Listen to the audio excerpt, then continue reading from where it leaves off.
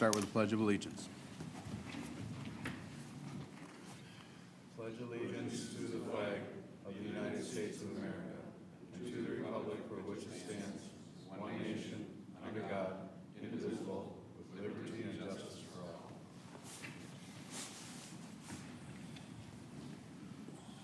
All right. Well, thank you for attending.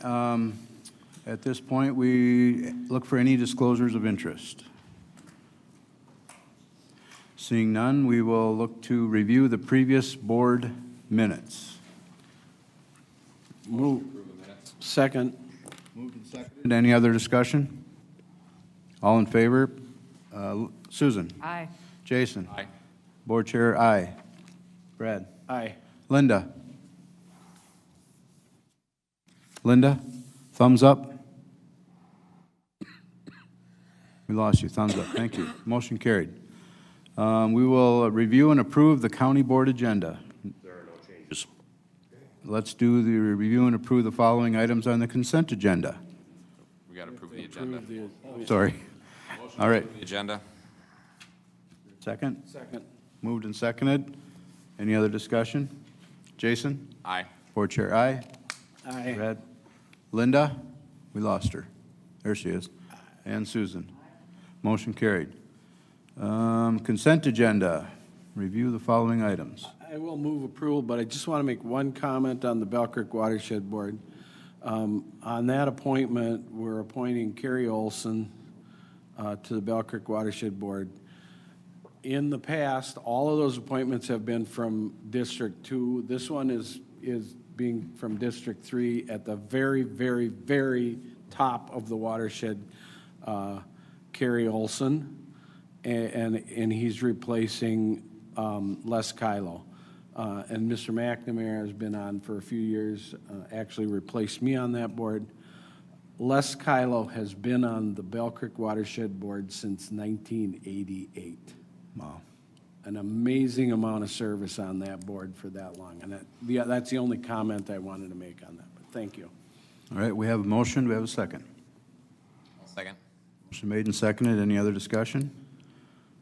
Call for a roll vote. Board Chair, aye. Brad? Aye. Linda? Aye. Susan? Aye. And Jason? Aye. Motion carried. We will start with our regular agenda, Cannon Valley Trail. I'd like to come up and state your name and give us your update.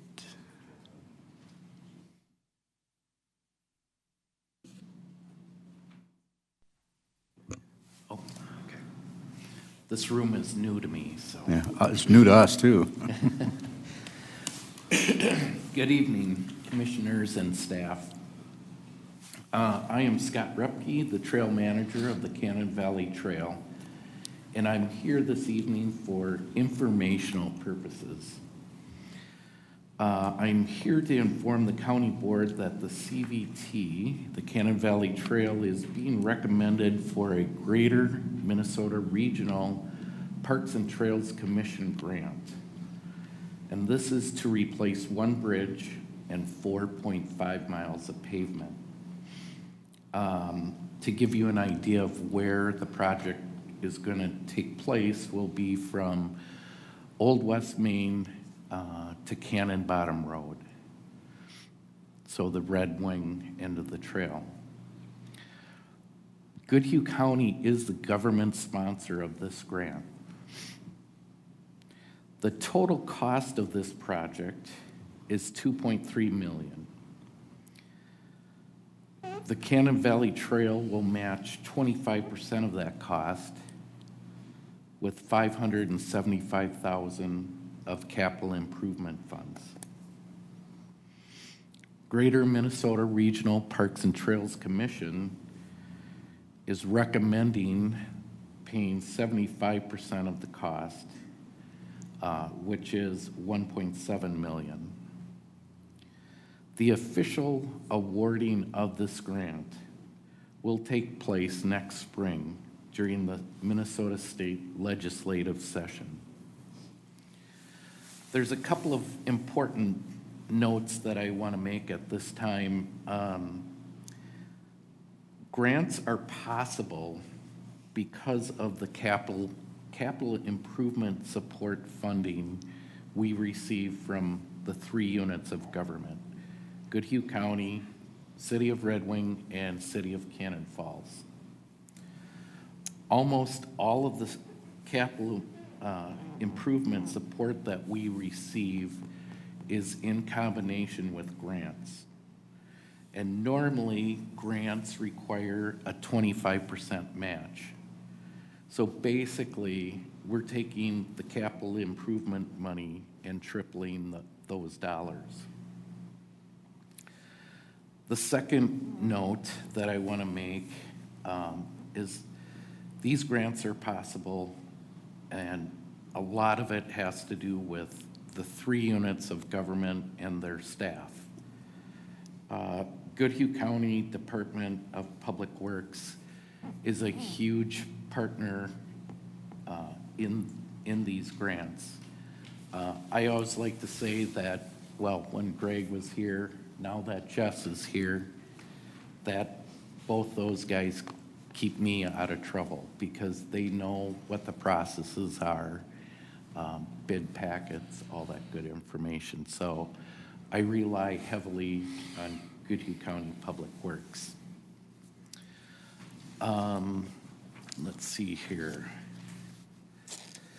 One other thing I wanted to make note of is that this is not the only grant that we've applied for.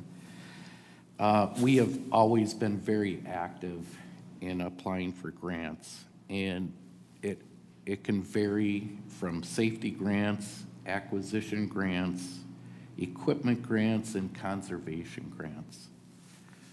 I included in your board packet a list of grants that the Cannon Valley Trail has worked on since 2001. There are 21 grants that we've received since 2001, and that is totaling $2.7 million. That does not include the recent recommendation of $1.7 million. I appreciate the 3 units of government supporting the Cannon Valley Trail. If you are a user of the trail, I'm sure you see the improvements that we've made, and we will continue to apply for grants and improve the trail with the government funding. I want to thank you for your time, and you can reach out to me at any point if you ever have questions or comments. Any comments for Scott? I guess I'd just like to say thank you for all the work you and the Trail Committee do, and it really appreciated in our community. So thank you. Great. Thank you a lot. Sounds good. Thank you. Mm-hmm.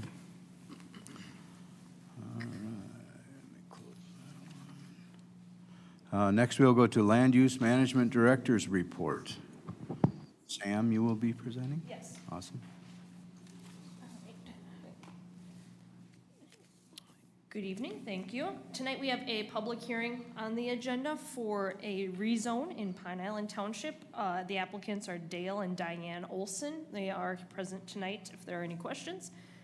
They have requested to rezone 13.92 acres in Pine Island Township from A1, Agriculture Protection, to R1, Suburban Residence District, to allow the potential to establish 1 dwelling site. Section 8 of Pine Island Township currently has 16 dwellings, where 4 would be the maximum allowed. The parcel consists of woodlands and 1.4 acres of tilled cropland, which is where the Olsons would propose to place the dwelling. And there are 11 dwellings in the immediate vicinity of this property. Staff did perform a review of the surrounding area's density. As I mentioned, there are 11 dwellings in the immediate area. There are 8 dwellings alone on 191st Avenue Way and the north side of 480th Street, and they're all currently zoned A1 as well. Parcels there are ranging in size from 0.51 acres to 7.56 acres. Between those 8 dwellings, there are only 3 septic systems, and some of them do also have shared wells. So with all of that information in mind, the properties could be candidates for rezoning to R1 as well due to their lot size, their use, and their configuration. The Planning Commission discussed this during their meeting and has recommended that the county board direct staff to start the rezoning process for these properties by beginning discussions with the property owners in the township. The surrounding neighborhood area is similar to other R1 zoned areas in Goodhue County, given those lot sizes, the shared septics and wells, and the use of the properties. So the Planning Commission did hold a public hearing in November and has recommended that the county board adopt the staff report into the record, accept the application, testimony, exhibits, and other evidence presented into the record, and approve the map amendment request to rezone 13.92 acres from A1 to R1, and direct staff to begin the process of rezoning existing properties along 191st Avenue Way and 480th Street by working with residents and Pine Island Township. And I'll just note this is a public hearing. Okay, thank you. And the Olsons are here. Is there any comment from the board? Just a question, is it a choice? Obviously, it's a choice whether those other residents want to be rezoned or not. Or can we move to rezone them? We can move to rezone them as directed by the Planning Commission and staff's looking at it and recommendation and everything, but Okay. we will discuss that with them. All right, if none else, we will hold a public hearing. I'll Here. move to open for public hearing. We have a motion. We have a second. Okay. All those in favor, Brad? Aye. Linda? Aye. Susan? Jason? Aye. Board chair votes aye. So at this point, we will open to a public hearing. Is there anyone that wishes to like to speak on this issue? Come up to the microphone, state your address, and we'll give you 3 minutes to talk. Is there anyone else that would like to come up for the public?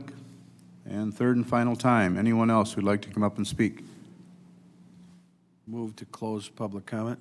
Okay, we have a motion. Motion and a second. Linda?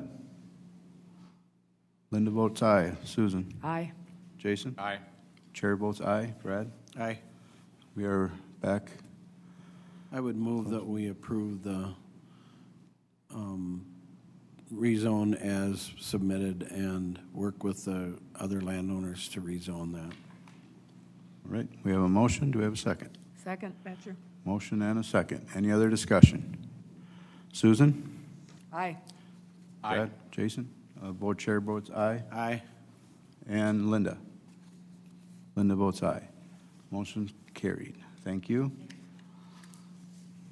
Close that one. Next item is our Human Resource Manager's report.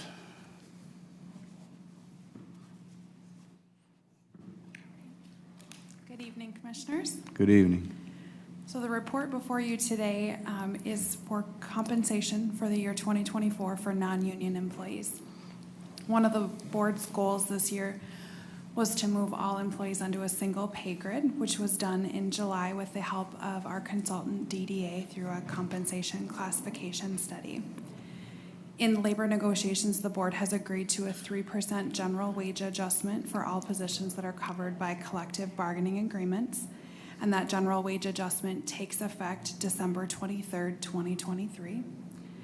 We're requesting that the board implement the same 3% general wage adjustment effective December 23rd, 2023 for all non-union employees, thereby ensuring that all employees remain on a single pay grid going forward. And so that is the recommendation before you today. Do we have any questions for HR?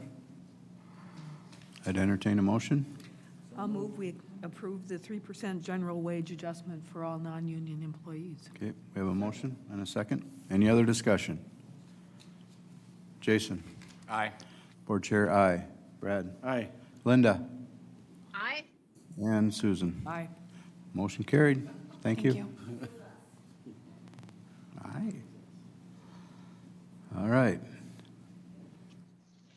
And the rest is for your information. Are we already getting to the end? Yeah, we are. One thing I would note on the committee structures is to get any changes that you have to Andrea here in the next, week or so, Okay. or recommendations you have. I quite frankly asked to get this on early.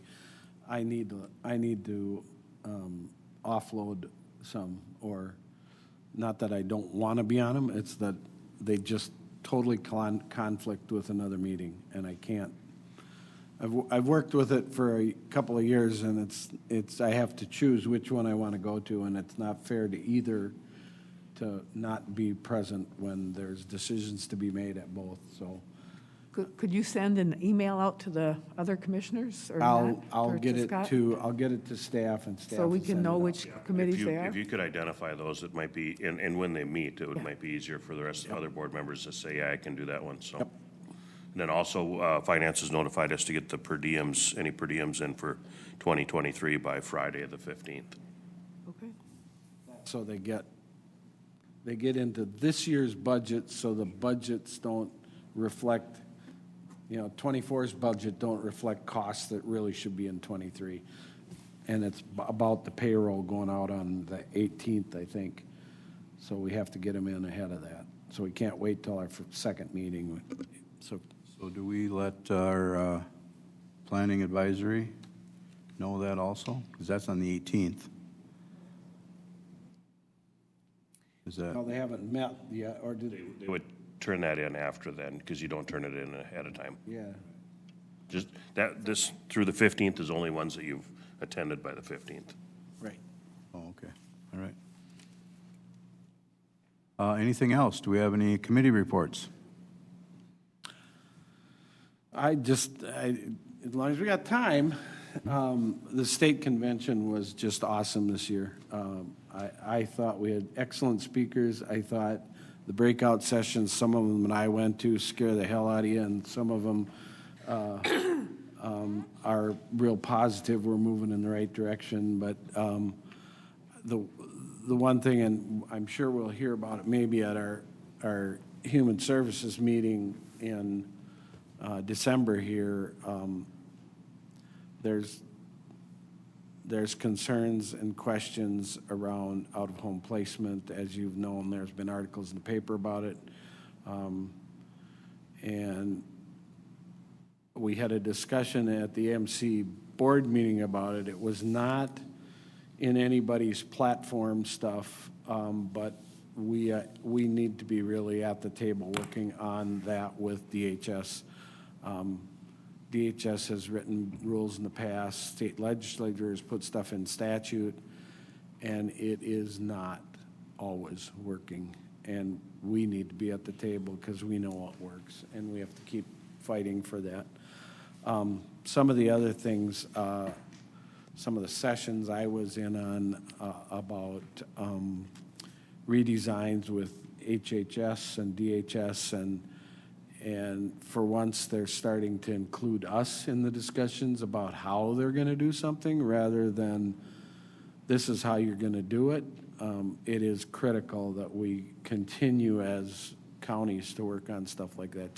There was just a lot of really good information, and of course, the networking with other commissioners to find out what's going on around the state is amazing. The scary stuff is they did online, real-time cybersecurity showing all of these computers throughout the state of Minnesota, including government computers that were open as we talked. So that was the part that was pretty scary. And it was even things like, well, I can't remember the examples they gave there, but like phones and the video doorbells, and there's all these, it was printers. There were all these ways through printers for anybody who wanted to hack into the system to be able to do it through the printer. You almost don't want to say what the number one thing that they can hack through is.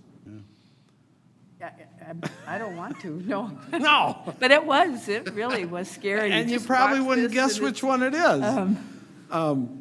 The other thing is, I did attend Saturday, I couldn't go Friday, but the NACO conference was in the Twin Cities with our chair of our state, or our president of our state association is now the president of NACO. And I did go up on Saturday morning for the morning session of the last part of the annual meeting up there, and sat with some people from Arizona and Montana and Colorado and some from Minnesota.